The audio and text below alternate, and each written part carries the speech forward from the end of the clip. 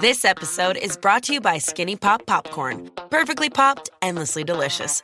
Oh, so light and crunchy. Skinny Pop Original Popcorn is the snack you've been searching for. Made with just 3 simple ingredients: popcorn kernels, sunflower oil, and salt. Snacking never felt or tasted so good. Perfectly popped, endlessly delicious.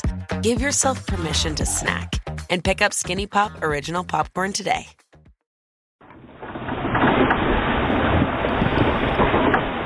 Podía oír su propia respiración acelerada. Inspirar, expirar. Inspirar, expirar. El mecanismo automático que bajo el agua se hace además consciente. Con los ojos bien abiertos, cada inmersión se convertía en un viaje a lo desconocido, a un lugar inhóspito que muy pocos tenían el privilegio de visitar. A pesar de la peligrosidad de su trabajo, pasearse por el lecho marino, percibir levemente en la piel, dentro del traje de lona y caucho, la gélida temperatura del entorno, e incluso dejarse sorprender por la repentina aparición de un banco de peces o de algún que otro ejemplar solitario de talante indiscreto, le hacía sentirse afortunado en un mundo que no era el suyo, extraño y a la vez acogido. Sobre el fondo, las pesadas cargas que soportaba fuera del agua se volvían livianas.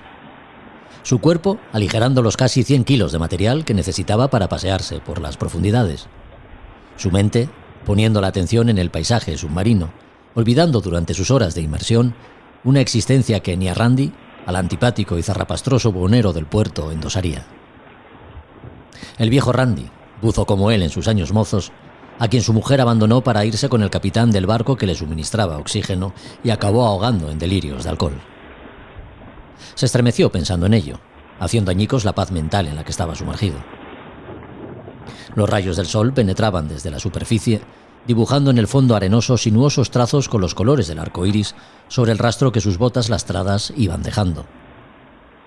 Dentro de la escafandra, por primera vez, sentía la necesidad de escapar al confinamiento que aquella burbuja de bronce, siempre protectora, le estaba imponiendo.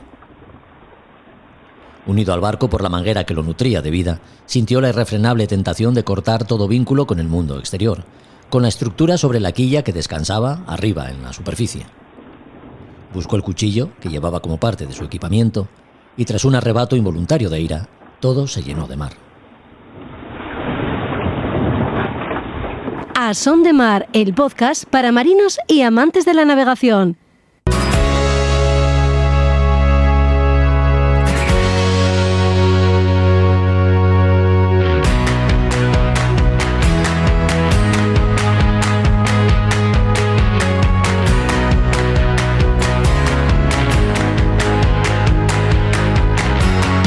Hola a todos, ¿qué tal? Bienvenidos a otro podcast de A Son de Mar. En el capítulo de hoy hablamos con quien ha sido la primera mujer buceadora de la Armada, además de pionera en el campo de la arqueología subacuática.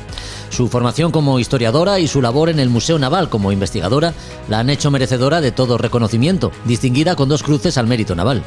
A sus 79 años, Lola Higueras sigue explorando con carácter curioso, siempre en busca de nuevos retos, con la mar como telón de fondo de sus estudios e inquietudes, porque Lola, después de sumergirse en la historia naval de España, con importantes trabajos de investigación en su haber, dedica estos años de su vida a la protección de mares y océanos, divulgando la importancia de su cuidado.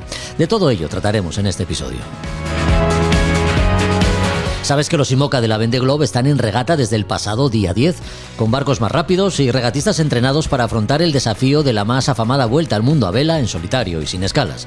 Una prueba de estas características debe ser contada, por eso haremos seguimiento de lo que acontezca. Seguiremos de cerca la Vendée Globe con Juan Meredith. También los libros náuticos tienen su protagonismo en este podcast, concretamente las novedades que podemos encontrar en Librería Robinson. Juan Melgar nos presenta Mare Nostrum, navegando por la historia, una travesía en velero por el mundo antiguo, de Lorenzo Cipriani, historiador polifacético, además de navegante, que ha recorrido el Mediterráneo con el fin de rescatar el origen de nuestra identidad impresa en las primeras civilizaciones que navegaron por sus aguas. Las Españas de ultramar y sus exploraciones con Josu Jiménez y la navegación invernal, precauciones y fundamentos con Roberto Bucetas completan este podcast. Pero antes de empezar, recuerda que nos hemos animado a crecer y que para hacerlo con solvencia nos estamos dejando asesorar por un experto en podcasting, concretamente por José Antonio Gelado. Escucha nuestros contenidos y si tienes algo que vender, igual te interesa tenernos como plataforma para dar a conocer tus productos o servicios náuticos. Estaríamos encantados de acercarte a tus clientes. Comenzamos.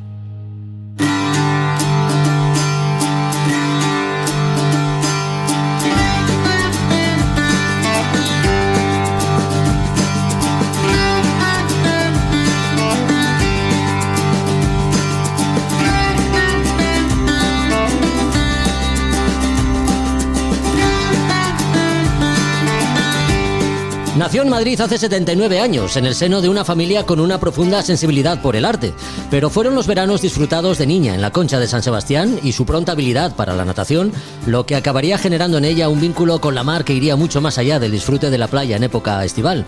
Historiadora americanista, fue directora técnica del Museo Naval, trabajo que curiosamente la convertiría en la primera mujer buceadora de la Armada, pionera de la arqueología subacuática en España, disciplina con la que llegaría a documentar más de 2000 naufragios. Desde luego, una trayectoria profesional como la suya es merecedora de las 2 cruces al mérito naval que ostenta. Hace unas semanas, además, la tuvimos en Gijón, en el Wild Ocean Film Fest, celebrado en el Acuario de la ciudad. Lola Higueras, ¿cómo estás? Muy buenas. Muy buenas tardes, Jorge. Dime. Es un placer para nosotros, Lola, tenerte en este podcast. Lo mismo digo, encantada. Dime. Oye, para quien la mar acaba convirtiéndose en un modo de vida, mares y océanos representan mucho. Digamos que esto sería una definición muy vaga. ¿Qué ha supuesto y supone para ti el medio marino? Pues el mar lo ha supuesto todo en mi vida. Es el elemento donde verdaderamente me siento más a gusto y más segura, increíblemente, porque el mar es un elemento hostil en principio para el hombre, pero yo me siento muy bien en el mar, estoy muy bien adaptada también para el buceo, para el mundo subacuático, y el mar significa para mí belleza, riqueza, infinitud. Es de alguna manera, como les decía el otro día a unos compañeros vuestros, sí, como la revelación de ese infinito que todos llevamos dentro y a veces no nos es posible ser conscientes de ello. Para mí el mar es un elemento de extraordinaria riqueza. Qué bueno. Tu formación académica, Lola, se llevó a cabo a cientos de kilómetros de la mar, en Madrid, ciudad en la que naciste. En las aulas de la Facultad de Historia de la Complutense, ¿ya tenías claro que nuestra historia, la desplegada a lo largo de mares y océanos, sería tu objeto de estudio? Sí, desde luego, yo soy madrileña de nacimiento, sí. Así es que lo que yo hacía cerca del mar eran las vacaciones, las larguísimas vacaciones de entonces, en una finca maravillosa que tenían los abuelos ahí en San Sebastián. Pero soy madrileña, yo vivía en Madrid y naturalmente estudié en Madrid, en la Complutense. Sí. Y fíjate, siempre digo, Jorge, que soy una persona muy afortunada porque he conseguido hacer de mis grandes pasiones mi profesión. Es decir, yo he tenido desde muy joven una enorme vocación hacia el americanismo, hacia la historia de España en América, la navegación oceánica, las navegaciones en su conjunto, la enseñanza, los viajes, el mundo subacuático, el buceo. Es que realmente he sido una auténtica privilegiada, porque eso es lo que ha constituido en realidad mi vida profesional. Ya. De tus estudios en la Facultad de Historia, en la Complutense, como decimos, a tu posterior labor en el Museo Naval. ¿Cómo y cuándo entras en el museo a trabajar, Lola? Pues casi terminando la carrera, me dicen que ha quedado una plaza vacante, la única plaza que existía entonces, vacante de jefe de investigación en el Museo Naval. Y con esa audacia que tiene la juventud, sí. Yo sin acabar, me faltaban 2 meses para acabar la carrera, me voy a entrevistar con el almirante Guillén, que era una leyenda de la historia marítima, el director de entonces, y le digo, bueno, almirante, yo quiero entrar al museo, es mi vocación, es mi oportunidad, es mi vida. Yo creo que usted no se va a arrepentir de esperarme un poquitín. Yo acabo en 2 meses. Y el hombre le hizo gracia, tuvimos una empatía inmediata, ¿no? Los dos. Y dice, bueno, pues te espero, me dijo, te espero. Sí. Ven aquí en junio con tu título de secretaría, por lo menos con el recibo de que has terminado y tus notas, etcétera, y te espero. Y efectivamente, así fue. Yo aprobé, naturalmente, pero llevaba muy bien el curso, estaba casi segura que iba a ser así, y me presento allí y Guillén me abre las puertas del museo, ¿no? O sea que había sido mi sueño, porque yo, además de interesarme enormemente por la historia marítima de siempre, mi vocación era la investigación, y en ese entonces el museo tenía el archivo uno de los archivos americanistas más importantes que había en Madrid, que era el de el relativo a las expediciones científicas, marítimo-científicas de la Ilustración, que habíamos heredado del depósito hidrográfico, que acababa de cerrar. O sea que realmente para mí fue pues el mundo entero en la mano. Bueno. Y ahí mismo es donde Guillén me dice que es el momento muy pionero, desde luego, que está empezando la arqueología subacuática, que Cousteau está haciendo los primeros hallazgos subacuáticos importantes, Y Guillén me dice, Lola, tú eres una gran nadadora, una gran amante del mar, ¿tú quieres que yo te forme en arqueología subacuática? Y montamos en el museo un área de arqueología, porque España, lógicamente, va a tener mucho que decir en esta disciplina. Y así empieza mi vida en el ámbito de la subacuática, que yo creo realmente que el museo, a través mía, pero el Museo Naval hizo verdaderamente una labor extraordinaria. Y tu vinculación ha sido tan estrecha con el Museo Naval, Lola, que te siguen conociendo como Lola Museo Naval. Bueno, no es que me conozcan, eso es una broma de mis compañeros, ¿eh? Eso lo que pasa es que los periodistas en algún momento lo han usado. Eso era una broma, porque como yo siempre iba con el museo en la boca, siempre yo, todo era en nombre del museo, yo representaba al museo, pues mis colegas, mis amigos me decían, Lola Museo Naval, pero como una broma, ¿no? Sí. Una broma que a mí me encantaba, porque efectivamente me sentía así, me sentía Museo Naval. Lola, tu gran conocimiento de nuestra historia naval y de los hombres y mujeres que la han tejido te han convertido en firme defensora de su legado, ¿no? ¿Cómo convencernos a los propios españoles de las importantes aportaciones que los descubrimientos y el dominio de los mares por parte de España ha tenido en la evolución del mundo hacia sociedades más justas y prósperas como las que disfrutamos? Pues mira, por supuesto que sí, Jorge. Lo que pasa es que tengo que decir tristemente que yo tengo la impresión, después de tantos años de dedicarme a la difusión, a la proyección de esta historia marítima tan extraordinaria que tiene España, que los españoles estamos un poco desinteresados de nuestra historia. No somos para nada conscientes de lo grandes que hemos sido en el mundo y del papel tan capital y primordial que hemos jugado tanto en el descubrimiento del mundo en la Edad Moderna como en la expansión política de medio mundo. Sí. España ha navegado todos los mares y en apenas un siglo, en el siglo XVI, ya en los años 60-70, teníamos 3,5 millones de kilómetros cuadrados desde California prácticamente al Biobío, más prácticamente el inmenso, gigantesco Pacífico había tenido presencia española. Es decir, los anglosajones acuñaron ese término, Oscar Spade, el gran historiador, de Spanish Lake, que es el gigantesco Pacífico, era incluso para los anglosajones el lago español. Es decir, fuimos muy grandes, Jorge, hemos sido muy grandes y en el siglo XVIII volvemos a serlo. Es decir, con la llegada de los Borbones, pues esa decadencia que habíamos tenido en el siglo XVII, pues se vuelve a retomar con una serie de reformas fabulosas, un proyecto verdaderamente impresionante de renovación de la Armada que nos coloca de nuevo en la cima del poder naval. Ya. O sea que, y esos siglos son los que yo he trabajado sobre todo, porque me han apasionado y han sido verdaderamente... Mira, yo siempre digo que cuando España ha sido más grande es cuando más grande ha sido la mar. Es decir, la mar, los océanos han sido nuestra vía de grandeza. Esa es la verdad. Recordemos, Lola, que los portugueses primero y sobre todo, como estamos comentando, los españoles después fueron los primeros en lanzarse a lo desconocido poniendo proa a la mar Océana, ¿no? ¿Qué supuso para la navegación cruzar el Atlántico como primera hazaña oceánica, digamos?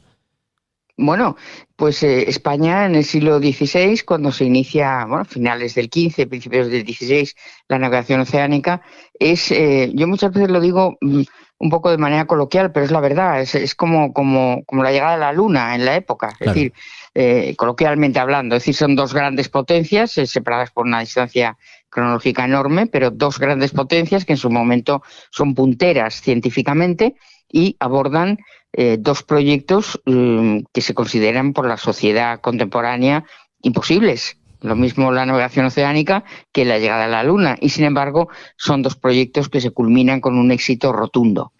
Es decir, España en el siglo XVI es la punta de lanza de la ciencia europea. Estamos en lo más alto porque la ciencia náutica, el buque es la máquina más compleja de la época y todo el entorno de lo que es la navegación astronómica en mar abierto, sin referencia de tierra, exige realmente un desarrollo científico a todos los niveles, desde el punto de vista de posicionamiento astronómico, de remodelación de la construcción naval, de la nueva cartografía que es necesaria, nuevos sistemas para la conservación de alimentos, todo. Hay que reformarlo absolutamente todo y pasar de una navegación o un ámbito marítimo verdaderamente no estatal, por decirlo así, y pasamos a una organización verdaderamente inmensa, que está pilotada por la Casa de Contratación, creada por los Reyes Católicos al principio de esta aventura, y que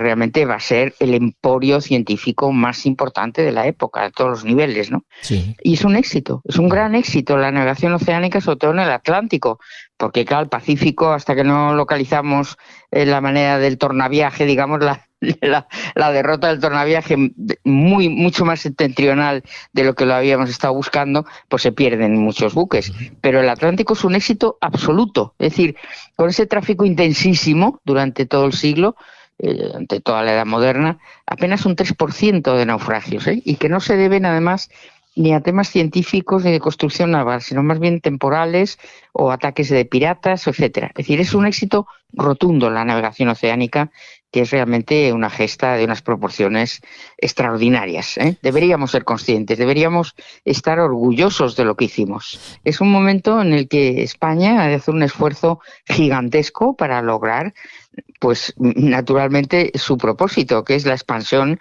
la gran expansión americana, que por el Tratado de Tordesillas nos empuja a atravesar el océano, ¿eh? Sí. Es realmente una epopeya de unas dimensiones extraordinarias, ¿eh? No hablemos ya de la expansión en América, que tantas tonterías se dicen y que fue realmente extraordinaria desde todos los puntos de vista, ¿no? Recordemos además, Lola, tu primera gran investigación, que fue la relacionada con la expedición Malaspina, quizá la más importante expedición científica del siglo XVIII, ¿no? Sí, efectivamente, cuando yo llego al museo, además de formarme como buceadora para iniciar, digamos, nuestra presencia como institución en el ámbito de la arqueología subacuática, mi tema fundamental es la catalogación de todo el material de las expediciones marítimo-científicas, fundamentalmente la gran expedición de Malaspina y Bustamante, que venía del depósito hidrográfico prácticamente sin ordenar, porque es un material gigantesco, con cartografía, dibujos, diarios de todo tipo, estudios botánicos, estudios mineralógicos. Es una grandísima expedición al uso, científica, marítima y científica, típicamente ilustrada. Pero claro, en ese sentido te voy a decir que, una vez más, lo más fundamental es, desde luego, estudiar, catalogar y conocer. Pero es tan importante, una vez hecho todo eso, publicar. Y en ese sentido, el museo lo hizo muy bien. Es decir, hicimos un catálogo, hice un catálogo de 3 volúmenes impresionante, que estaba usando ya el mundo entero, pero además hicimos una edición con Lumber, con Juan Carlos Luna, nunca le agradeceré bastante que se metiera en esta aventura, 9 enormes tomos donde se publicaron todas las fuentes de la expedición. Y claro, todo esto naturalmente la puso esta expedición con lo que nosotras como investigadoras hablábamos después en congresos, comunicaciones, etcétera. Hoy día la expedición Malaspina de Bustamante es reconocida internacionalmente en el ámbito científico como la más importante expedición marítimo-científica del siglo. Y meto todas, inglesas, francesas, holandesas, todas. Es la más grande expedición marítimo-científica de la época. Si hiciéramos lo mismo con otras cosas, tenemos los mejores archivos, tenemos los archivos más ricos del mundo, porque tanto los Austria como los Borbones fueron gente con una administración muy prolija, muy abundante, y tenemos unos archivos riquísimos, los nuestros y los americanos, que son tan ricos como los nuestros, porque, oye, otra cosa que es fundamental, España no tuvo colonias, nunca fueron colonias. Esa palabra no aparece en ningún documento original. Esa es una creación francesa de finales del siglo XIX. Nosotros teníamos provincias ultramarinas. Es decir, el mundo americano era una sociedad con los mismos derechos que la Castilla de la época que se expandió por América. Esa es la realidad. Así es. Entonces, claro, los archivos americanos son tan ricos como los nuestros, porque la administración española dejaba siempre, a veces, los originales en la administración americana y mandaba copias autorizadas, que son las que tenemos en Indias, en ocasiones. Es decir, las cosas son así, la verdad es tozuda, Sí, sí. Y lo que hizo España en América no tiene comparación con nada de lo que yo conozco en la expansión de otros países. Una realidad histórica que tantas veces olvidamos, por no decir que tantas veces manipulamos, ¿verdad? En beneficio de otros intereses que no tienen nada que ver con la realidad histórica. Así es. Claro. Sí. Claro. Lola, digamos que tú eres una historiadora que se ha mojado mucho a lo largo de tu trayectoria profesional, ¿no? Fuiste la primera mujer buceadora de la Armada. Cuéntanos cómo fue esto, porque a finales de los 60 del siglo pasado, digamos que romper el hielo en un ámbito tan masculino debió de ser cuando menos interesante, ¿no? Bueno, me he mojado mucho en todos los sentidos, ¿eh? Sí. Me he comprometido mucho y me he metido debajo del agua, las dos cosas. Sí. Y bueno, claro, yo te decía antes que para mí el mar es lo que es, te lo he dicho, es mi vocación más grande desde el punto de vista de la naturaleza y despierta en mí una sensación física y también espiritual que es incomparable, es decir, es una sensación extraordinaria. Con respecto a la arqueología, pues las cosas, muchas veces lo he comentado con tus compañeros, ¿no? Otros periodistas, no es tan espectacular como la gente piensa. Es decir, la arqueología subacuática es una ciencia exactamente de prolija, de meticulosa, de cuidadosa que la arqueología de tierra, porque hay que documentarlo todo, hay que cuadricular el espacio y situar cada pieza, cada elemento que tú vas descubriendo. Y después todo eso tiene que dar perfectamente documentado porque exactamente igual que en tierra, tú vas de alguna manera desmontando las capas superiores para ir profundizando, con la diferencia de en la mar es todo mucho más difícil, ¿eh? Mucho más difícil, mucho más complicado y muchísimo más caro, ¿eh? Porque tengo que decirte que el problema más importante que tiene la arqueología subacuática hoy en España, y en muchos países, por no decir todos, es lo carísima que es, porque un día de mar es una ruina, ¿no? Entonces, eso por una parte. Por otra parte, nosotros tenemos arqueólogos subacuáticos formados y tenemos instituciones de arqueología subacuática prácticamente en todas las regiones españolas que tienen mar. Sí. Y luego tenemos un Centro Nacional de Arqueología Subacuática, el ARCUA, que probablemente conoceréis, en Cartagena, que es el centro, digamos, nacional de arqueología subacuática. O sea, tenemos la preparación, los científicos, pero lo que no tenemos es el dinero que cuesta una excavación en mar. Ya. Entonces, yo y muchos científicos estamos en la idea, por una parte, yo creo que eso acabará prosperando en cotas no muy profundas, como por ejemplo en Alejandría, lo están pensando seriamente los egipcios, pues hacer museos sumergidos. O sea, en lugar de sacar las piezas que tienen una problemática de conservación tremenda y carísima, pues mantener las piezas estudiadas y en su ámbito marino. Y después, pues organizar eso con una rotulación determinada, con visitas guiadas, etcétera. Bueno, pues la gente en cotas relativamente poco profundas, pues puede perfectamente hacer como si hiciéramos una visita museográfica en un ámbito marino, sin necesidad, digamos, de extraer las piezas, ¿no? Sí. Entonces, eso está pensándose seriamente. Lo mismo los israelitas, los chinos lo han hecho ya en alguno de sus yacimientos. Pero sobre todo lo que es muy importante, yo creo, es que cualquier proyecto de excavación subacuática tiene que ser, yo creo que internacional. Es decir, nosotros hemos firmado un acuerdo ya con México para la excavación del Juncal, que es un buque muy interesante ahí en el Caribe. Y, por ejemplo, en el Mediterráneo ya la UNESCO está patrocinando con todos los países ribereños del Mediterráneo un proyecto muy importante relacionado con la navegación de los romanos y griegos, ¿no? Sí. Porque el Mediterráneo tiene una cantidad de pecios clásicos extraordinaria, algunos en muy buen estado, en bastante buen estado. Entonces, por ahí tienen que ir las cosas, o museos silenciosos, como digo yo, subacuáticos, en cotas relativamente asequibles, o proyectos internacionales que aborden proyectos un poco más ambiciosos, ¿no? Pero multinacionales, desde luego. Sí. Lola, ¿y cómo recuerdas las primeras inmersiones? Pues mira, con mucha emoción, realmente. Es decir, yo he tenido experiencias muy interesantes, he hecho cosas a veces muy peligrosas, porque También estuvimos haciendo en algún momento la búsqueda de caños de agua sumergida, ¿no? Lugares donde se hacía aguada antiguamente y que habían quedado sumergidos. Y eso a veces es muy peligroso porque son túneles de piedra, de roca, que tienes que navegar, pues prácticamente, digamos, oyes la bombona contra la piedra, ¿no? Son cosas casi de espeleología. Sí. Y ese tipo de cosas pues son peligrosas y son necesarias, pero peligrosas. Pero luego hay otras cosas, no te digo yo pecios, pero yo tuve una experiencia muy interesante que la he contado alguna vez. Pues yo procedo del ámbito del arte. Mi padre y mi abuelo eran escultores, mi tía Lola era Lola Ruiz Aragón, un referente en la música española. O sea, músicos, pintores, escultores, escritores. Mi familia es artística. Mi hermana es una de las más importantes cantantes que ha tenido España. Mi sobrino pues es un genio, es músico, es filósofo, es artista, bueno, en fin, la familia toda es artística. Entonces, yo tuve una experiencia que vas a entender enseguida porque fue tan emocionante. Sí. En un congreso en Liguria, en Italia.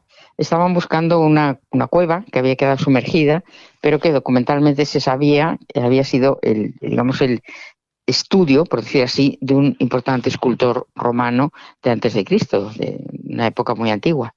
Y bueno, y estando yo en el congreso, pues dan con la cueva. Y entonces los organizadores me dicen, oye, sabemos que tú eres buceadora, tal, ¿quieres venir a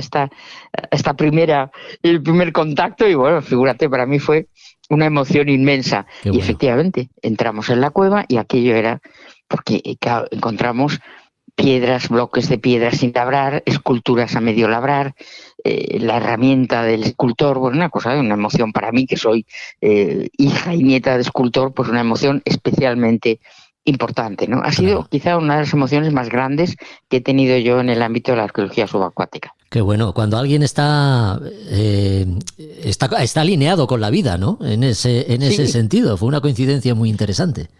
Pues sí, una cosa extraordinaria, realmente. Sí. Lola, ¿hay algún pecio del que guardes especial recuerdo?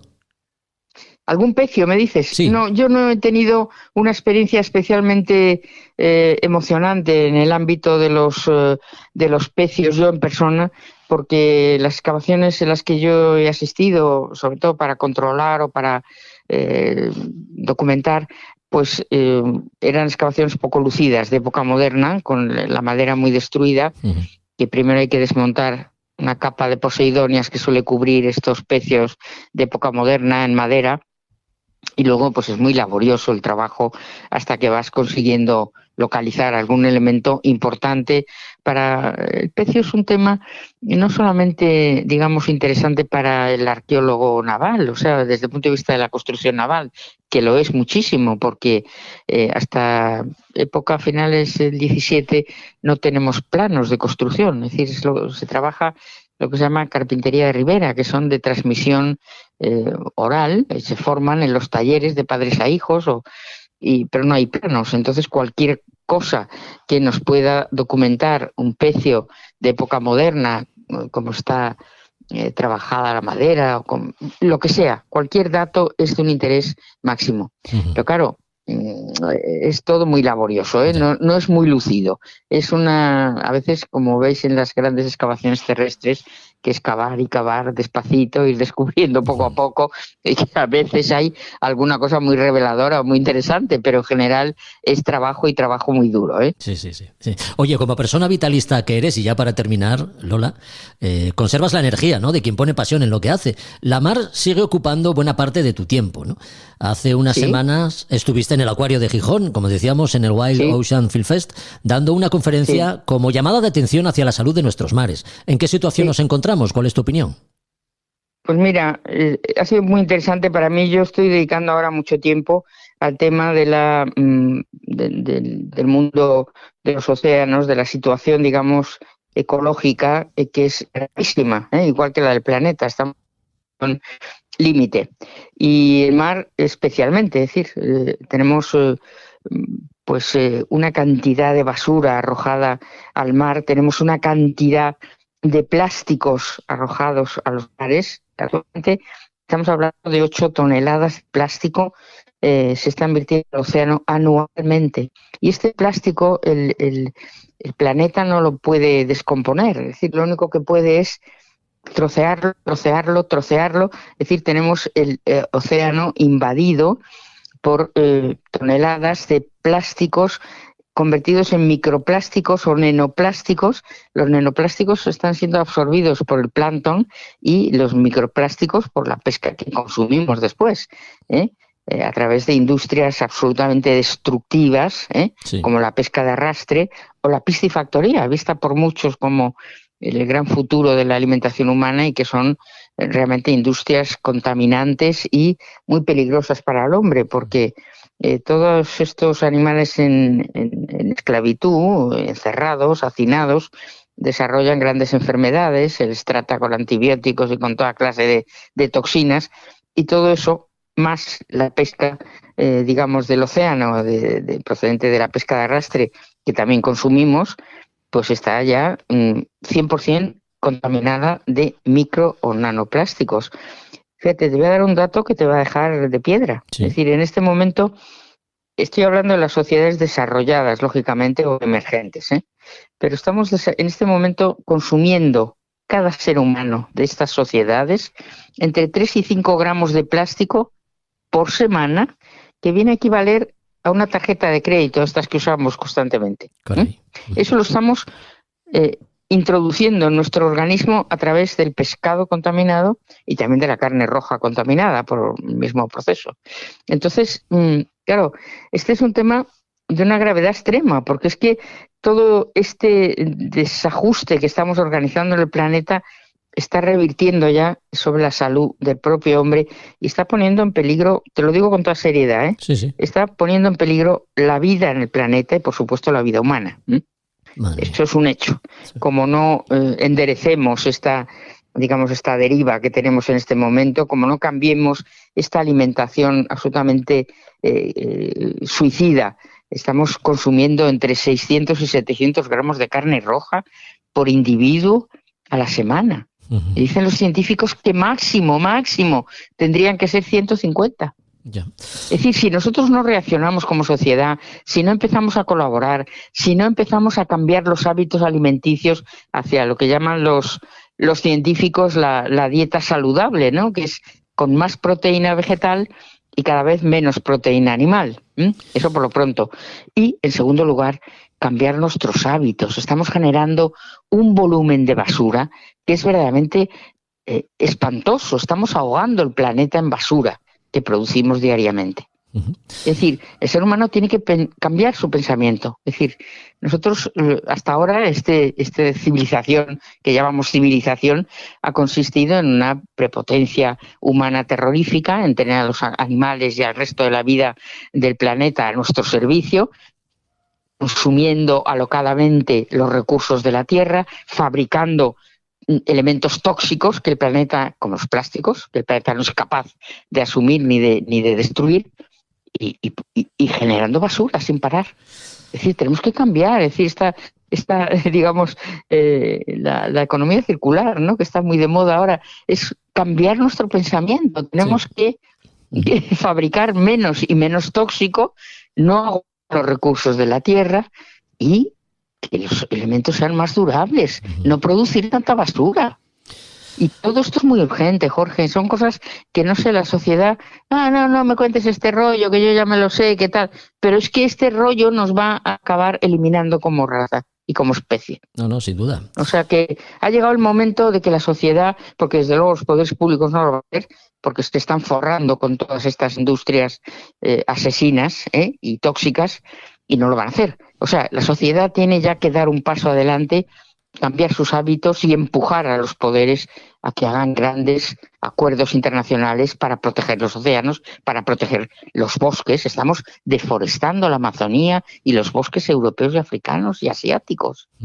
Sí. ¿Para qué? Para hacer una agricultura tóxica que va destinada no tanto al consumo del hombre, sino a producir forraje para esos millones de seres, de animales sintientes que tenemos en esas fábricas espantosas, donde nacen y mueren esclavizados e inmovilizados. Esto tiene que cesar, esto no puede seguir así, porque eso está generando un grado de toxicidad al planeta. Mira, los océanos, que son el gran pulmón del planeta, Sí. En este momento ya, por esa toxicidad, porque estamos arrasando sus ecosistemas, los que estaban absorbiendo el CO2, en este momento, Jorge, el océano ya no tiene la capacidad de absorción que tenía, y eso está significando un calentamiento para el planeta muy importante, que está ocasionando enormes desastres climáticos, y cada día más. Ahora hemos visto Valencia y vamos a ver mucho más. Vaya. Entonces, esto no es catastrofismo, esto es la realidad que se conoce, se sabe, está explicada y dicha por cientos de científicos del mundo entero, pero el poder público no escucha, no oye. Ya. Y la sociedad, pues no somos conscientes de la gravedad de la situación. Nos hubiera gustado terminar esta entrevista contigo, Lola, con un mensaje más, más alentador. En algún otro momento hablaremos más en profundidad de este tema que es muy importante. Sin duda. Y me tiene a mí ahora mismo muy, muy concentrada en el estudio de estos problemas, Jorge. Sin duda, sin duda. Bueno, pues entonces los fondos, aquí lo dejamos. Sí, lo vamos a dejar aquí ya porque muy bien. Ya fíjate, más de media hora Muchísimas hemos charlado gracias, contigo. Jorge. Lola, ha sido un verdadero placer estos minutos. Gracias por tu compañía. Muchísimas gracias a vosotros siempre. Un fuerte abrazo. Adiós. Hasta pronto.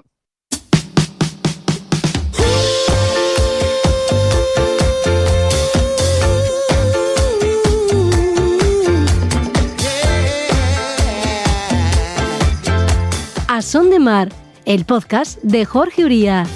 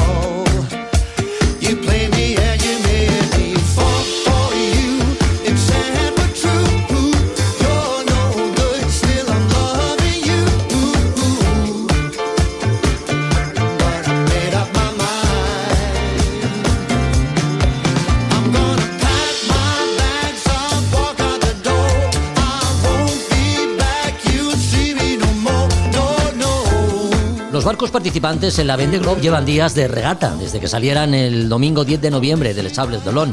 Los 40 regatistas ya están en carrera, la mayoría superando ya las islas de Cabo Verde mientras grabamos este episodio. La Vendée Globe es sin duda la prueba de vuelta al mundo a vela, en solitario y sin escalas, más emblemática. A ella dedicaremos unos minutos en cada podcast para ponernos al corriente de las evoluciones de barcos y navegantes. Lo haremos con Juan Merediz, que para quienes aún no lo conozcáis, cosa difícil si seguís este podcast, pues Juan es marino, navegante y buen conocedor de lo que significa preparar una vuelta al mundo en solitario. ¿Qué tal, Juan? ¿Cómo estás? Muy buenas. Muy bien, estoy muy bien, con muchas ganas de hablar de la Vendée, que está siendo muy entretenida. Pues sí. Oye, una nueva edición, decimos, de la Vendée Globe, es la que está en marcha. Esta es su 10ª edición, con barcos cada vez más rápidos y tripulantes que también han evolucionado para afrontar las exigencias de una regata de estas características. ¿Se parecen en algo a los pioneros de 1989, Juan? No se parecen en nada. No se parecen en nada ni siquiera al que llevamos Fran Palacio y yo en la Barcelona World Race, que había sido uno de los barcos que en el 2004 intentó ganar esta competición. Son tan diferentes, ¿verdad? Y bueno, es una Vendée histórica por muchos motivos, por lo que estás comentando. Había 40 plazas para participantes, se han completado, se quedaron fuera 4 barcos. Y todos los que están son barcos, bueno, no última generación desde luego, pero bastante más evolucionados que hace 2 ediciones. Y también se nota mucho en el nivel de los participantes. Hay gente que sería difícil ahora mismo hacer una terna, hacer 3 que pudieran ganar. A mí me salen casi 10, ¿no? Con potencial. Sí. Bueno, desde la salida los barcos han mantenido prácticamente la misma derrota, ¿no? Quizá Nicolás Lundben haya optado por un rumbo más abierto cuando tocaba poner proa al sur, lo que parece haber sido una buena estrategia, colocándose en las primeras posiciones a la altura más o menos de Madeira. Sí, hay algo que es importante saber, que normalmente las clasificaciones se hacen en funciones de waypoints, de puntos de paso que la organización va colocando. Ese es el motivo por el que hace unos pocos días aparecía Jan Le Cam y Konrad Coleman como que van en cabeza. Luego Jan se ha quedado delante, pero no es real. Yo lo he comentado en algún sitio también, que esa situación de pasar por dentro de las islas de Cabo Verde, que fue un error que yo cometí en la Barcelona World Race del 2010-11, te deja sin muchos argumentos. Somos todos marinos y la anchura de la Tierra según te acercas al Ecuador es mayor que si ganas longitud, en este caso, mucho más arriba, más allá además del ángulo que tenga, ¿no? De todas formas, Jan, que es un verdadero maestro, es la 6ª edición en la que participa. Vamos a ver cómo sale de esta. Y ya se han hecho varios grupos, ¿no? Dejando atrás los que van más conservadores. Se ha hecho un grupo que ahora mismo creo que es de 10 barcos y habría que nombrar a los potencialmente favoritos que se han quedado fuera, ¿no? Ahí estaría Boris Herrmann, que hizo un gran papel en la edición anterior, y Louis Bourton, que estuvo en podium en la edición anterior, ¿no? Louis por un problema de rotura de barco y que ha sabido repararlo y que se puede encontrar en las distintas, en YouTube y en otras cadenas, en Toki Video y estos sitios. Y Boris, se ha quedado detrás. Hay alguno más de estos potencialmente ganadores que les va a costar mucho recuperar terreno con ese pelotón de cabeza que van a velocidades increíbles. Ya. Bueno, ya hemos comentado Nicolás Lundben, Jan Le Cam y Konrad Coleman también son 3 participantes que en algún momento de lo que llevamos de regata han optado por derrotas diferentes al rumbo que seguía el resto de la flota. Juan, sí. ¿Qué puede significar romper con la estrategia general en una regata de vuelta al mundo en un momento dado? Insisto, el pegarse mucho a la costa al principio podía salir. Es verdad que van prácticamente, no lo ponen en ningún sitio, yo no lo he visto en tiempos de récord, pero son barcos de récord sin lugar a duda. Pero las condiciones que han tenido han sido fantásticas hasta una zona en la que se han juntado un poco antes de Canarias. Ahí cada uno habrá salido como ha podido y hay veces que la propia meteorología te obliga a tomar ciertas decisiones, ¿no? Yeah. El barco que lleva Jan es un barco nuevo, es de los pocos barcos que llevan derivas rectas. Bueno, de los barcos nuevos, si no recuerdo mal, solo hay 2 con derivas rectas. No puede seguramente llevar los ángulos que pueda llevar barcos que están volando, barcos que están haciendo 22, 24 nudos en este momento en el que hablamos.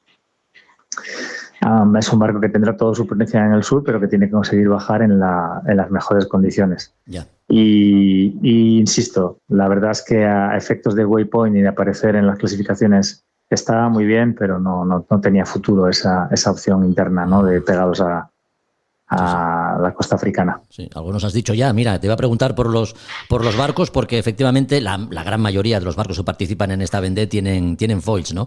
Es mucha la diferencia que hay con respecto a los otros 2 barcos que no los llevan, ¿no?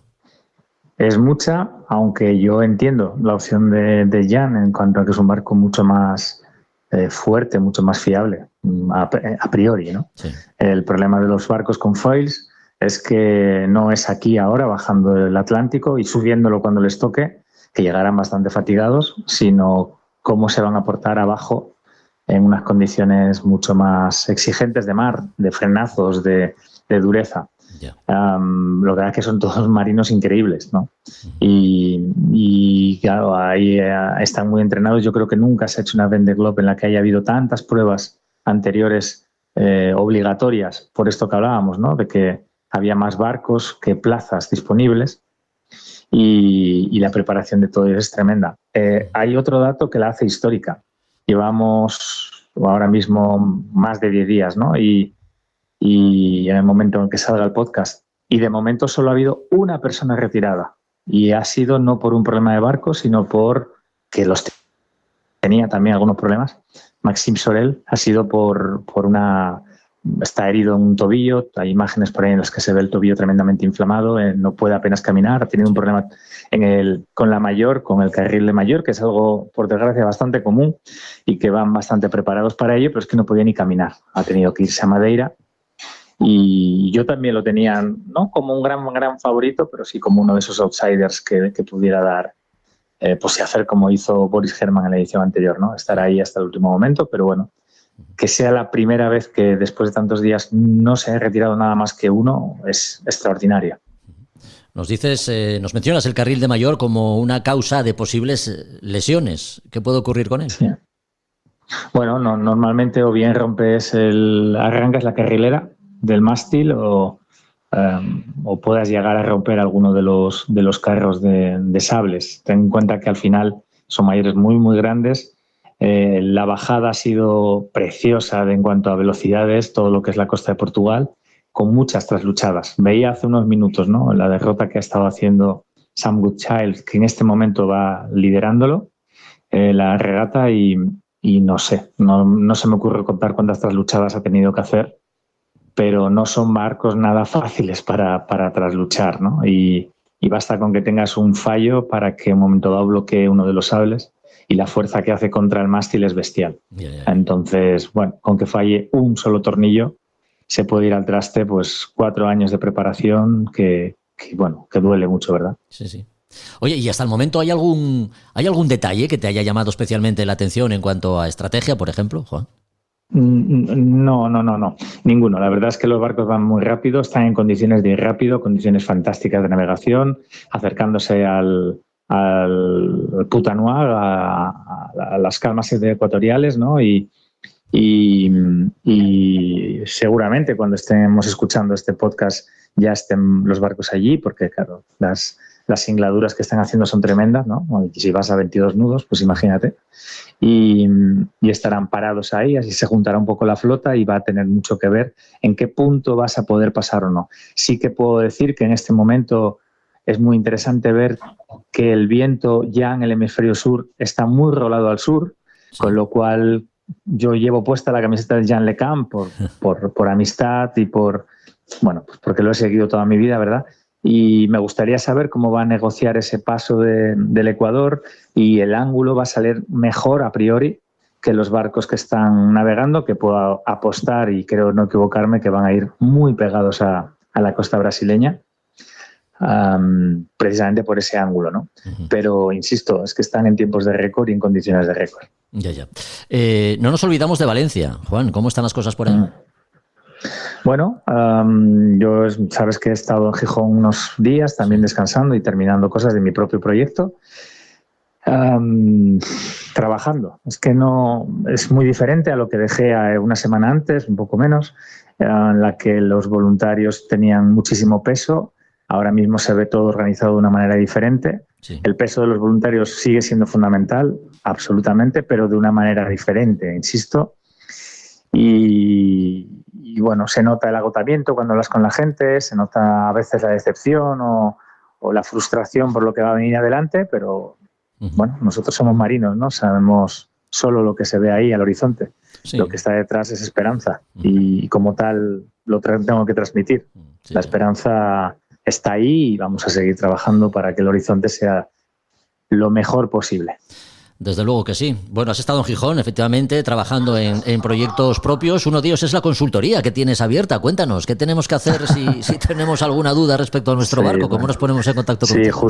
Sí, como un mes antes de toda esta historia, pues abrí mi web, ¿no? juanmeredith.com. Desde ahí ofrezco mi consultoría, mi asesoría online. En este caso online la intento potenciar por el tema de que sigo en Valencia y voy a tener poca disponibilidad para poder asistir de forma personal a hacer entrenamientos o hacer transportes, aunque alguna cosa puntual sí que haré, igual que las charlas que hemos empezado a dar, y que, bueno, es una forma también de ganarse la vida y de seguir adelante con mi proyecto de vuelta al mundo, de la Global Slow Challenge 2027, que está a buen ritmo, con este pequeño impasse, pequeño,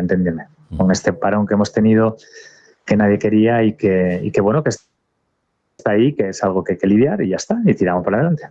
Bueno, pues recordemos esa dirección web, juanmeredith.com. Todos aquellos que tengan dudas respecto a su barco, alguna consulta que quieran hacer, cualquier cosa, por pequeña que sea, se pueden poner en contacto con Juan en esta dirección, como decimos, juanmeredith.com. Respecto a la Vendée, pues nada, la espectacularidad hablamos de la espectacularidad de una regata de vuelta al mundo, ¿no? Sin escalas y en solitario. Es una de las regatas que tienen todos los ingredientes para que no perdamos detalle de esta prueba deportiva que concita el interés mundial y que en Francia además es una de las citas del año, a la altura del Tour, diría yo. La seguiremos, como decimos, con interés en A Son de Mar, con el análisis y los comentarios de Juan Meredith. Así que, Juan, aquí te esperamos en el próximo podcast. Un abrazo fuerte. Hasta la próxima, un abrazo.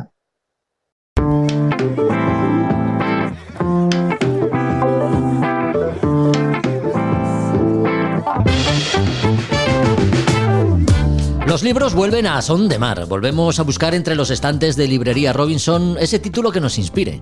Y parece que en el capítulo de hoy lo hemos encontrado. Lorenzo Cipriani acaba de publicar Mare Nostrum, novedad editorial que destacamos los próximos minutos con Juan Melgar. ¿Qué tal, Juan? Muy buenas. Hola, Jorge. Un placer estar aquí, como siempre. El título Mare Nostrum lo deja claro. El Mediterráneo tiene mucho que ver en esto, ¿no? Pues sí, este es un libro que nos viene de Italia y es para darse un empacho de Mediterráneo, como dices tú, exacto. Sí. Es para empaparse del Mediterráneo en todos los sentidos, ¿no? Nos trae, bueno, la verdad es que a mí me gusta mucho.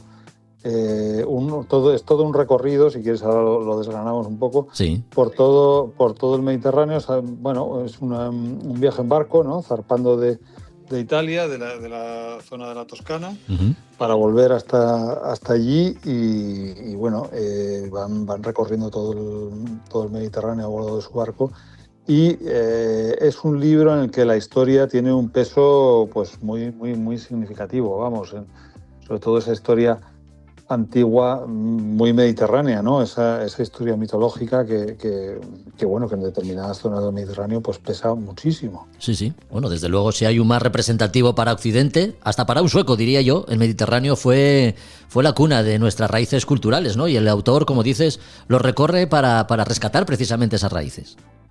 Esas civilizaciones antiguas del Mediterráneo son, efectivamente, como dices, la cuna, el germen de todo lo que es nuestra civilización europea, ¿no? Y a través de la civilización europea, pues a todo lo que se considera, bueno, al mundo entero, vamos, prácticamente, sí. Sí, de Italia a Grecia, visitando también Estambul, Lorenzo Cipriani se ha tenido que tomar su tiempo para escribir este libro, ¿no? Fruto de sus travesías por el Mediterráneo. Luego, porque este tipo de navegaciones nos hacen así en 2 días, precisamente. Claro. No, porque van de la Toscana, van a Elba, luego bajan hacia el sur en Nápoles, las Eólicas, Sicilia, Taormina, luego ya saltan a Grecia. Grecia pasan a Estambul, bueno, todo subir el mar de Mármara, el estrecho. Luego ya va también por la costa Bodrum, Rodas, luego ya vuelven hacia Malta, todos siempre contándonos la historia. Pues cuando están por esa costa turca, por ejemplo, pues nos cuentan todo lo que es, ¿no? Pues pasan por Troya, ¿no? Por ese bueno, lo más clásico de lo clásico en lo que es la cultura. Y, por ejemplo, en Rodas también nos evocan, en Rodas y en Malta, pues todo lo que es la historia de los caballeros de Malta. En Grecia, por ejemplo, también mucho la Grecia antigua. Y luego sigue llegan hasta España, hasta Menorca, Mallorca, Ibiza, hasta las Baleares, Denia, y luego ya saltan de vuelta a Cerdeña. También pues cuentan un poco sobre todas las peculiaridades y la historia de nuestras islas. Y bueno, hay sucesos curiosos. Por ejemplo, en Grecia por la noche, navegando, les llega un aviso de un naufragio y de los guardacostas griegos, y es un catamarán español cuyo capitán está flotando en la noche por ahí, y ellos acuden ahí al rescate. Hay que ver. Sí. Entonces, y luego, por ejemplo, también, pues hablando de naufragios ya, pero en algo un poco más trágico y sin final feliz, como en el otro caso, oyen cómo ¿no? todas esas llamadas de auxilio de todos los inmigrantes, ¿no? que se lanzan a ese cruce del Mediterráneo Sí. en condiciones espantosas, vamos, o desde luego no aptas para la navegación. Y esas llamadas de socorro, esa angustia, ¿no? No, esa cara del Mediterráneo que no nosotros vemos muchas veces pues lo placentero, lo veraniego, vamos a ver la cultura, ¿no? Pero hay una cara ahí porque la otra orilla, como quien dice, no tiene nada que ver con nuestra orilla. Desde luego, desde luego. Travesías por el Mediterráneo que el autor hace en velero. No sé si es historiador y tampoco sé si es navegante. ¿Lo hace en su propio velero? ¿Lo hace en compañía de otros? Sí, es el velero. En el texto yo creo que es un Swan lo que me ha parecido ver, o sea, un velero bueno. Y yo creo que es un hombre muy polifacético, Sí. vamos, según nos cuentan, es historiador del arte, es músico, es escritor y navegante, que ha debido navegar bastante, porque dice en algún momento dado también que cuando estábamos dando la vuelta al mundo, o sea que en un momento dado ha debido de o circunnavegar o hacer navegaciones largas y oceánicas por mares grandes. Sí. Y estamos, no sé cómo calificarlo, ¿estamos ante una guía de viaje, un libro sobre historia, ambas cosas a la vez? Es ambas cosas a la vez. A ver, yo diría que es, pues a mí me ha recordado, por ejemplo, a otros libros parecidos, por ejemplo, La isla olvidada de Lluís Ferrés, que también recorre todas las islas del Mediterráneo con sus historias. También a los libros de José Francisco Muro, de Un año en velero por el Mediterráneo o Navegando el Egeo. O sea, eso es un poco ese tipo de libro, ¿no? También un poco tiene un punto a los de Álvaro Ledo también, que recorre toda la costa con todos sus puertos y contando lo que ve. Entonces es un poco ese tipo de libro. Sí, es un libro de viaje, no sirve de guía, vamos, no es una guía náutica ni mucho menos, sino que es un libro para si alguien va a navegar por esas zonas, pues para acompañar, la verdad, para llevarlo a bordo o se va a ir uno de viaje por ahí para leerlo antes y ir empapándose de todo y decir, pues yo quiero ver esto, yo quiero verlo. O sea, es ese tipo de libro.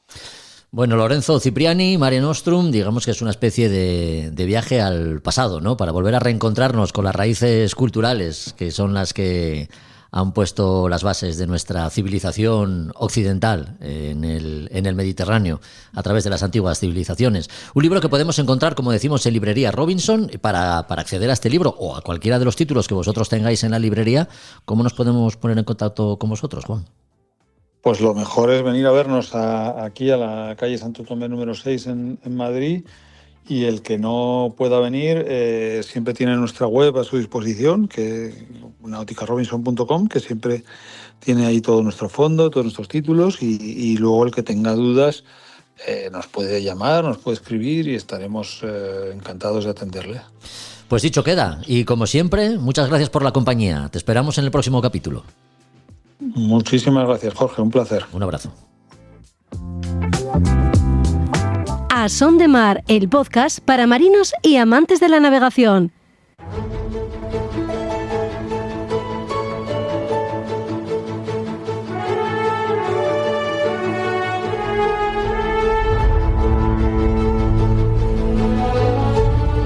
Las Españas de ultramar y sus exploraciones encierran las historias de los que han hecho historia, de aquellos que de alguna forma han contribuido a construir el mundo que conocemos. Hoy toca conocer la figura de don Francisco Murelle de la Rúa, marino y explorador del siglo XVIII, que conoció bien buena parte del Pacífico, llegando incluso hasta Alaska. ¿No es así, Josu? Cuéntanos algo más sobre don Francisco Murelle de la Rúa. Hola, muy buenas a todos. Pues sí, esto es el siglo XVIII, el Pacífico conocido como el Lago Español, pero bueno, realmente el Pacífico para nosotros hasta el siglo XVIII siempre andábamos a la altura de Nueva España, que era México, hacia abajo, ¿no? Todo eso, que es una inmensa masa de agua con un montón de territorios y llegando a Filipinas, Japón, ¿no? Pero para la parte norte, pues llegó esta época, la época de la Gran Real Armada, de las grandes exploraciones y de los enemigos, en este caso potenciales como los rusos. Entonces, bueno, pues desde Francisco Antonio Murell de la Rúa, vamos a decir Francisco Murell de la Rúa, vamos a hablar de él. Es uno de esos exploradores que junto con de la Bodega, etcétera, pues subieron y por toda la estrategia que se marcó desde la corona con Carlos III para tomar y asentar las posesiones que potencialmente tendríamos derecho a ello en todo el Pacífico, ¿no? Entonces, hablando por Francisco Murel, él nació en Coruña, en Corme, en 1750. Pasando de toda su formación como militar explorador, a los 24 años, ya en Veracruz se incorporó desde Veracruz a una de las expediciones marítimas que se desconocen en nuestro país mucho. Se embarcó en el apostadero marítimo de San Blas de Nayarit. El apostadero era una base naval, en este caso San Blas, que está como la canción de los, no me acuerdo el nombre ahora, del grupo mexicano, en el apostadero de San Blas, en el Pacífico, al sur de la salida del Golfo de California, se fundó por el virrey José de Gálvez. De esta manera tendríamos un punto y una base hacia el Pacífico. Y la logística de los asentamientos que teníamos en toda la costa de California, etcétera. Bueno, pues en 1774 se incorporó a la expedición en la cual comandaba Juan Francisco de Bodega y Cuadra, que mandó desde el virrey de Nueva España proseguir las expediciones hacia el norte, porque los rusos merodeaban ya Alaska y bueno, pues había que intentar mantenerse para que veamos un poquito el nivel que teníamos. La amenaza del Imperio ruso estaba allí y los britanos andaban ya merodeando por aquellas latitudes. Los britanos bastante tenían con defender la guerra de independencia americana. La expedición está compuesta por esas dos fragatas, la fragata Santiago y la goleta Sonora. Ahí embarcaba nuestro Francisco. Alcanzaron el Cabo Mendocino, que para quien no lo sabe está en el estado actual, en el estado de Washington, que está justo en la frontera con Canadá. Tomaron posesión de la rada de Bucareli, que se llama Crimbrille Port. La expedición se separó. La fragata Santiago regresó a San Blas, pero la goleta Sonora con nuestro Francisco avanteó hasta la actual Alaska. Descubrieron el monte San Jacinto, que si lo buscáis en un mapa es Etchecumbe. Susto es una ciudad que la llamaron así, que es la actual Sitka, que fue la que en pasado el tiempo, cuando ya tuvimos los Carlos IV y demás, los rusos fundarían una importante ciudad de la América rusa, que si alguno ha visto El mundo en sus manos verá que sale ahí Sitka, ya pero bueno, como capital rusa, que en ese caso eran los malos, como suele pasar. El puerto de los Remedios lo fundaron, que sería el Leon Bay, que lo podemos ver ahora. Hicieron demarcación de aquellas costas hasta el paralelo 58 grados norte. Podemos dejar y dejaremos lo que es la expedición de su comandante Bodega y Cuadra y el enfrentamiento de la isla de Nootka, que todos conocen como la isla de Vancouver, y aquí todo el mundo asentirá, pero se llama Vancouver y Bodega, porque bueno, ahí se llegó a un pacto para evitar la enésima guerra hispano-britana. Los britanos trataban de coger sitio por allí. La expedición siguiente, el 11 de febrero de 1779, en este caso de segundo al mando de la nave Favorita, Murel partió de San Blas otra vez y llegó a la isla de Hinchibrook, en la boca del Golfo de Alaska, alcanzando los 61 grados norte. Navegaron a lo largo del suroeste de la península de Kenai. Durante esta expedición se enfrentaron a condiciones extremadamente difíciles, incluyendo el frío intenso y la falta de suministros. A pesar de todo ello, lograron realizar importantes observaciones, cartografiar partes de la costa de Alaska que eran desconocidas para los europeos. La información recopilada fue valiosa para futuras exploraciones. Contribuyó al conocimiento tanto de la corona española como de los propios europeos. ¿Qué sucede? Bueno, pues que ahí España todavía estaba en condiciones y tenía una visión global de sus pretensiones y de su destino.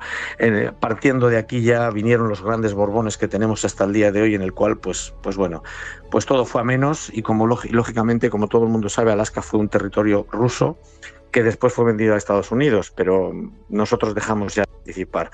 Y aquí Francisco Murel dejó la zona del Atlántico Norte para pasar, pues en 1783 al Atlántico Sur, al Pacífico, perdonad.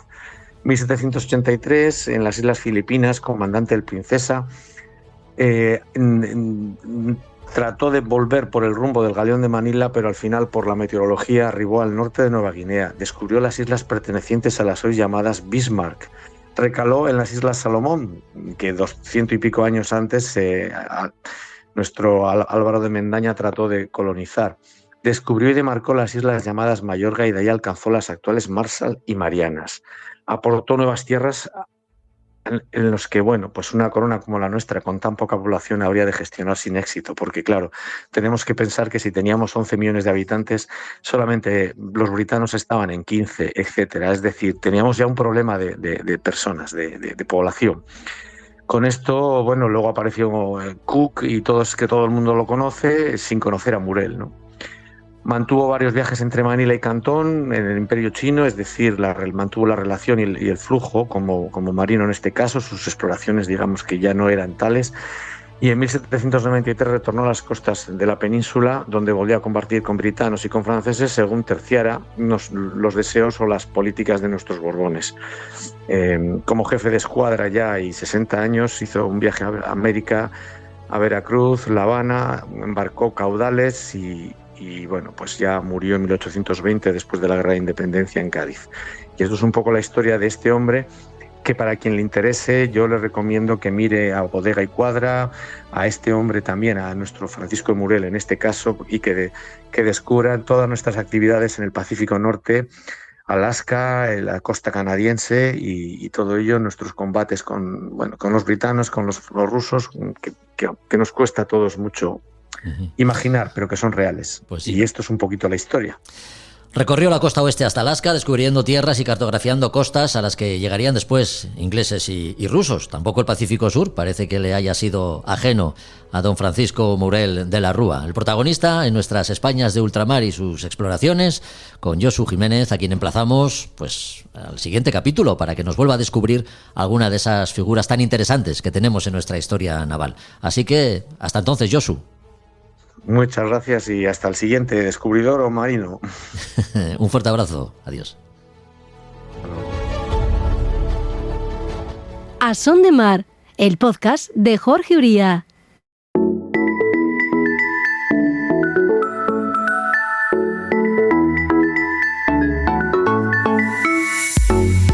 Entramos en el último mes del otoño, camino del invierno, época del año con encanto para la navegación, en la que conviene tener en cuenta una serie de recomendaciones si queremos disfrutar de la mar en condiciones de seguridad y confortabilidad. El invierno invernal, la lluvia que pueden hacer acto de presencia, días más cortos y una meteorología más compleja son cuestiones que no está de más atender adecuadamente y para eso tenemos con nosotros, como suele ser habitual, a Roberto Bucetas. ¿Qué tal, Roberto? ¿Cómo estás? Muy buenas. ¿Qué tal, Jorge? Buenos días. Hablar del correcto mantenimiento y del buen estado del barco de cara al invierno tampoco tiene mucho sentido, sobre todo porque el barco debe estar en buenas condiciones en cualquier momento del año, ¿no? Pero sí es verdad que en el invierno, no sé, parece que, o bien por pereza o porque nuestra residencia se encuentre lejos del punto de atraque, a veces nos relajamos un poquito, ¿no?, en cuanto a la atención que le prestamos. Sí, la verdad es que, bueno, por invierno pues, no pasamos tan frecuentemente por el barco como hacemos en época de verano y demás, ¿no? Entonces, pero bueno, estamos hablando de seguridad, estamos hablando de mantenimiento, es algo que tenemos que tener al día, cualquier día del año, cualquier día que salgamos a la mar, ¿no? Porque sea invierno vamos a tener que no atender estas necesidades que tiene el barco, ¿no? Pero bueno, sí que lo vamos a notar porque en el caso de que salgamos a la mar en época de invierno, y bueno, estaba mirando yo ahora la previsión para el fin de semana, sí. Y bueno, vemos una zona de presiones, de bajas presiones que se está aproximando y hay mal tiempo y aviso de mal tiempo para todo, para casi todo el fin de semana, ¿no? Entonces, bueno, pues si vamos a navegar y hay condiciones de mal tiempo, podemos encontrarnos mal tiempo, pues bueno, pues el mantenimiento ya sabemos y hemos hablado más de una vez que es algo fundamental, ¿no? Tener el barco en perfecto orden de revista en todo, desde todo lo que es equipamiento, lo que es motor, el tema de velas, jarcia, todo. Es comentar algo que ya es obvio, ¿no? Oye, ¿y qué pasa si nos decidimos hacer una travesía invernal? ¿Qué conviene tener en cuenta? Bueno, la travesía invernal, pues lo primero, mirar la meteorología, es lo más importante de todo. No sería una época de las mejores, a lo mejor, para adentrarse a hacer aventuras en la mar, ¿no? Tenemos que tener una buena previsión meteorológica y, bueno, no quiere decir que no podamos hacer travesías, pues aquí en la zona en la que estamos nosotros o por el Mediterráneo, puede ser perfectamente una época muy buena para pasarse unos días haciendo una travesía por cualquier zona, ¿no? Cosas importantes a tener en cuenta, bueno, pues lo que hemos comentado, tema del barco en perfecto estado de funcionamiento y de revista. Después, cuestiones de la tripulación, cuestiones personales, podemos decir, equipamiento. no podemos salir a la mar en invierno con cualquier tipo de indumentaria, con cualquier tipo de ropa, ¿no? Pues es fundamental el tema de unas buenas botas de agua, un buen traje de agua, puede ser que sea transpirable, hay un equipamiento ahora muy bueno, puede ser si tenemos posibilidades en Gore-Tex transpirable, sí. El tema de ropa, pues bueno, ropa térmica y que nos pueda proteger contra lo que sería las inclemencias del tiempo y lo que sería las bajas temperaturas que nos podemos encontrar, ¿no? Y después, bueno, también, lluvia, pues podemos encontrarnos épocas de lluvia, bueno, también por el verano, lógicamente, ¿no? Y a veces puede ser una de las cosas que puede ser más molestas para el tema de la navegación, ¿no? Navegar ahí con lluvia, incluso gente que tiene gafas, para mí es una de las cosas que más me molesta en la navegación, navegar días de lluvia, ¿no? Yeah. Pues tendrás que tener, pues oye, una gorra que tenga una buena visera, que podamos proteger y que no nos afecte en el tema de lo que serían las gafas, o bueno, si utilizamos lentillas, pues es el momento adecuado para utilizar ese tipo de equipamiento. Y después, bueno, pues todo lo que sería después preparar un poco el tema de alimentación para la época para esa travesía, que bueno, no puede ser lo mismo que podamos a lo mejor llevar para el caso de una navegación, una travesía de verano. Pero bueno, tiempo, mal tiempo, frío, bueno, pues ya sabemos que bueno, son formas de disfrutar también de la mar, ¿no? Porque no solo simplemente se disfruta de la mar por el verano con buen tiempo y en traje de baño, ¿no? No, desde luego. Oye, y tan importante como la seguridad es, como decimos, la confortabilidad, entre otras cosas, porque el frío y la humedad, efectivamente, pueden llegar a afectar seriamente incluso a la convivencia a bordo, ¿no? Que nos pongamos de mal humor, en fin, ese tipo de cosas. Sí, estar todo una guardia, pues cayéndote un chubasco, chaparrón o agua encima de nosotros, pues bueno, no son las mejores condiciones agradables para estar en la cubierta o haciendo banda, estar todos ahí mojándonos y pasándonos la mar y el agua lloviendo por encima de nosotros. Entonces, bueno, pues la gente pues bueno, no va a estar con ese... Siempre es bueno en la tripulación tener un buen ambiente, llevar gente que tenga una actitud positiva y que vamos a la mar vamos a disfrutar, a la mar vamos a pasarlo bien, a la mar no vamos a sufrir, no se debe sufrir nunca a la mar. Entonces, bueno, oye, pues el fin de semana tenemos previsto travesía, hay previsión de mal tiempo o incertidumbre en la previsión meteorológica, pues bueno, podemos posponerlo, tampoco pasa nada. Y, hombre, tomamos un café y jugamos al dominó, que tampoco pasa nada. Que no es mala opción tampoco. No es mala opción. Algo os ha apuntado también, ¿no? Ni que decir tiene que estar atentos a las previsiones meteorológicas en cualquier época es imperativo, que debemos respetar, pero quizá en invierno con más motivo, ¿no? Tratarse de una época, digamos que sin tantas concesiones como el verano. Sí, el invierno no nos da concesiones. En el caso de mal tiempo, una previsión incierta, pues bueno, pues podemos pasarlo mal. Entonces, bueno, deberíamos de intentar tener una previsión muy, muy, muy buena o que sea lo más fiable posible y saber lo que nos vamos a encontrar. Bueno, pues sabemos que puede apetecer más navegar en verano que hacerlo en invierno, cuando, como hemos comentado, pues las condiciones no son tan benignas, ¿no? Pero también, y tal vez por eso, el invierno reserva momentos espectaculares a quienes se deciden soltar amarras y navegarlo. Tener en cuenta lo que hemos hablado con Roberto Bucetas estos minutos, a modo de recordatorio, pues nos hará disfrutar de la navegación invernal con confianza y seguridad. Así que, Roberto, muchas gracias por estos minutos. Venga, gracias. Un abrazo. Un fuerte abrazo. Adiós. Pues hasta aquí otro episodio de A Son de Mar. Ya sabes que puedes escucharnos en cualquiera de las plataformas existentes y que si compartes sus contenidos con tus allegados, pues nos haces inmensamente felices, ¿no? Igual que si te animas a publicitarte. Ya sabes que buscamos patrocinios. Crecemos en audiencia y contenidos. Así que si eres de los que buscan llegar a sus clientes porque ofreces productos o servicios ligados a la mar, A Son de Mar puede ser una buena plataforma para darlos a conocer entre una audiencia siempre atenta a todo lo que venga del mar. Nos consta. Volvemos en 15 días. Así que aquí te esperamos. Hasta entonces, adiós.